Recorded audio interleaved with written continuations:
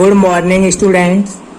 आज हम साइंस में 12 चैप्टर बल तथा गति के नियम में रेखीय संवेग संरक्षण का सिद्धांत पढ़ेंगे।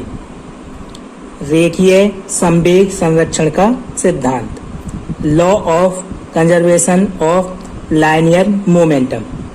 इस सिद्धांत के अनुसार यदि वस्तुओं के निकाय पर बाह्य बल आरोपित न हो तो संयुक्त निकाय का कुल संवेग सदैव संरक्षित रहता है।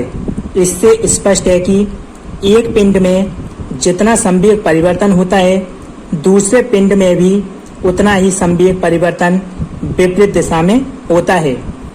रेखीय संवेग संरक्षण के सिद्धांत के अनुसार यदि वस्तुओं के निकाय पर कोई बाहर से बल न लगाया जाए तो पूरे निकाय का जो कुल संवेग है वो सदैव नियत रहेगा या संरक्षित रहेगा।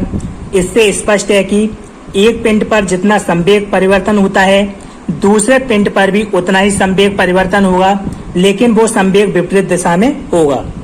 अर्थात यदि F बाह्य इक्वल 0, यदि बाह्य बल 0 है यानी जो हम बाहर से बल लाते हैं वो 0 हो तो निकाय का कुल संवेग नियत होगा।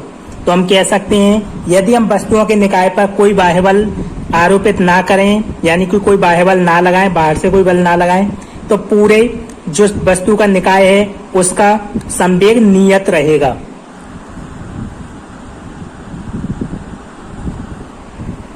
यदि m1 व m2 द्रव्यमान के दो पिंड u1 व u2 वेग से गतिमान हैं तथा आपस में टकराने के पश्चात उनके वेग v1 व v2 हो जाते हैं, तो माना कोई हमारे पास पिंड है दो, जिनमें पहले का द्रव्यमान m1 है तथा दूसरे पिंड का द्रव्यमान m2 है। ये पहला पिंड u1 वेग से गतिमान है, जबकि दूसरा पिंड जो है u2 वेग से गतिशील है। जब ये आपस में टकराती हैं तो पहले वाले का वेग v1 हो जाता है, जबकि दूसरे वाले पिंड का वेग v2 हो जाता है। तो टक्कर से पूर्व कुल संवेग, टक्कर से पहले दोनों पिंडों का कुल संवेग P1 बराबर m1 इंटू u1। हम जानते हैं संवेग बराबर होता है द्रव्यमान इंटू वेग।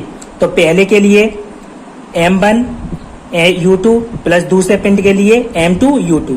तो टक्कर से पहले कुल संवेग हो जाएगा m1 u1 plus m2 u2। Equation first. टक्कर के पश्चात कुल संवेग, टक्कर के बाद कुल संवेग P2 बराबर टक्कर के बाद वेग v1 हो जाता है, अतः पहले पिंड के लिए m1 v1 और दूसरे पिंड के लिए m2 v2। दोनों को प्लस करेंगे तो कुल संवेग आएगा हमारा P2 equal m1 v1 plus m2 v2।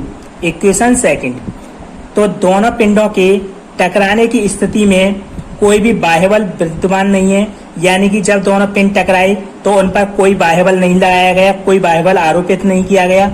अतः संवेग संरक्षण के अनुसार दोनों पिंडों का या दोनों निकायों का कुल संवेग संरक्षित रहेगा, अर्थात नियत रहेगा।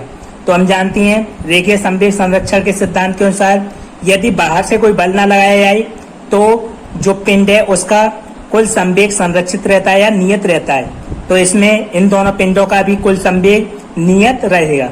अतः टक्कर से पहले कुल संवेग बराबर होगा टक्कर के बाद कुल संवेग। टक्कर से पहले कुल संवेग P1 बराबर होगा टक्कर के बाद कुल संवेग P2।